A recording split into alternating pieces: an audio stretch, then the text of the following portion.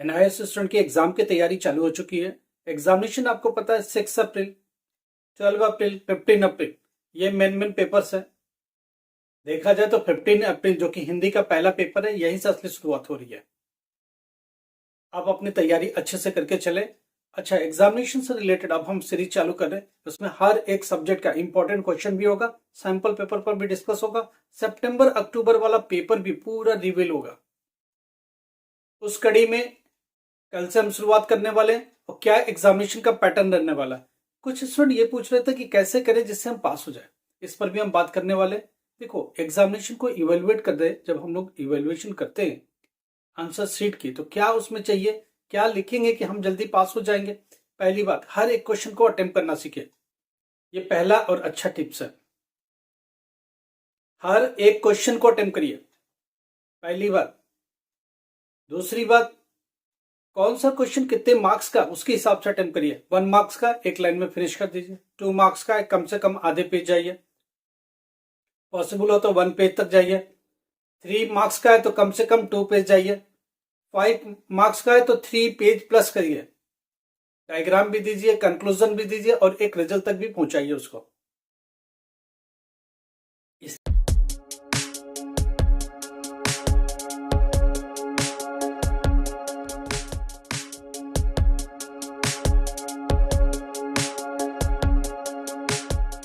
तरह से इन चीजों पर ध्यान रख के अगर आपने करेंगे तो आपको बहुत अच्छा मार्क्स भी मिलेगा और अच्छे से पास भी हो जाएंगे। लास्ट में देखिए, जो क्वेश्चन नहीं भी आता है तो उसे अटेम्प्ट जरूर करिए। उससे रिलेटेड डायग्राम आता है तो करिए, उससे रिलेटेड ग्राफ बना सकते हैं तो करिए। अगर उसमें एक्सप्लेनेशन की जरूरत है तो उसमें कुछ ना कुछ पॉइंट जरूर ऐड कर दीजिए। अगर लगता है कि 3 मार्क्स का क्वेश्चन है, उसमें आपने कम लिखा है तो 2-4 और भी हेडिंग्स डाल दीजिए। जो पॉइंट थे उनको हेडिंग में डाल दीजिए। उससे क्या होता है, टीचर ये समझता है कि 3 मार्क्स के लिए जितना रेसिपी चाहिए वो मिल चुका, हमको जितना मटेरियल चाहिए वो हमको मिल चुका है, तो उसके अकॉर्डिंग वो पास कर देता है। दूसरी बात, हर सब्जेक्ट के साथ हम लोग बात करेंगे कितने पासिंग मार्क्स की जरूरत है और कितना हो तो पास हो सकते हो। ये सारी बात अब हम करना चालू करेंगे। इसलिए जरूरी है कि आप सब्सक्राइब करके रखो, लाइक करो, सब्सक्राइब करो और शेयर करो। और हम लोग अब एग्जामिनेशन पर ठीक से बात करेंगे, हर सब्जेक्ट वाइज बात करेंगे, चैप्टर वाइज बात करेंगे और कितनी टॉपिक पर कौन सा टॉपिक ऐसा है कि जो कि उस एग्जामिनेशन के लिए, उस सब्जेक्ट के लिए जरूरी है, उस पर हम ठीक से बात करेंगे। उसके अलावा आपको लगता है कि कुछ प्रॉब्लम्स है आपको पढ़ने को लेकर के, एग्जामिनेशन को लेकर के या एग्जामिनेशन फोबिया को लेकर के, तो उसके लिए आप मैसेज कर सकते हो, हम लोग इसका जवाब जरूर देंगे। और आपकी जो भी प्रॉब्लम है, जेन्युइन प्रॉब्लम है, उसको सुलझाने की कोशिश करेंगे। देखिए, एग्जामिनेशन से डरिए मत। एग्जामिनेशन को थोड़ा सा कॉन्फिडेंस के साथ हैंडल करिए। एग्जामिनेशन निकल जाएगा और आप पास भी हो जाएंगे। उसके पीछे लॉजिक ये है, उस सब्जेक्ट पर थोड़ी स्टडी जरूर करें, आप ठीक से करें। क्वेश्चन बैंक उठा ले, पिछले 2 साल 3 साल जो भी पेपर मिलता है उनको करके जाए। क्वेश्चन का पैटर्न आपको मिल जाएगा, क्या तरीका है क्वेश्चन का वो हो जाएगा। बोर्ड की क्वेश्चन का लैंग्वेज क्या है उसको थोड़ा सा आप हैबिचुअल हो जाएंगे। बोर्ड के क्वेश्चन के हिसाब से आप हैबिचुअल हो जाएंगे और अपने आप को अच्छे से कैरी कर पाएंगे और अच्छा रिप्रेजेंट कर पाएंगे। कोशिश करिए अच्छे राइटिंग में लिखने की, अंडरलाइन करने की कोशिश करिए अगर हेडिंग्स है तो। अगर आपने पॉइंट वाइज लिखा है तो पॉइंट 1 2 ABC करके प्रॉपर मेंशन करिए, अगर अच्छे मार्क्स चाहते हैं तो। देखिए, कम क्वेश्चन करके अच्छे मार्क्स लाए जा सकते हैं, नो डाउट। एग्जामिनेशन एक आर्ट है, एक आर्ट है। नॉलेज एक अलग चीज है, एग्जामिनेशन एक आर्ट है। एग्जामिनेशन देना एक आर्ट है, एग्जामिनेशन में रिप्रेजेंट करना एक आर्ट है।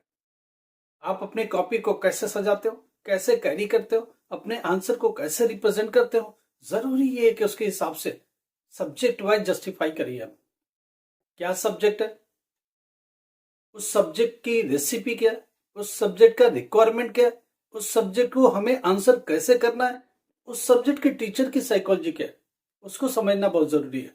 एक हिंदी टीचर है तो उसको क्या चाहिए, हिंदी में हो जाए सारा, अब पूरा हिंदी में ही बात करें, इंग्लिश के वर्ड का यूज न करें, राइट। ज्यादा से ज्यादा पॉइंट करें, खूब सारे दोहों का यूज करें, एग्जाम्पल्स आप अच्छे से दें।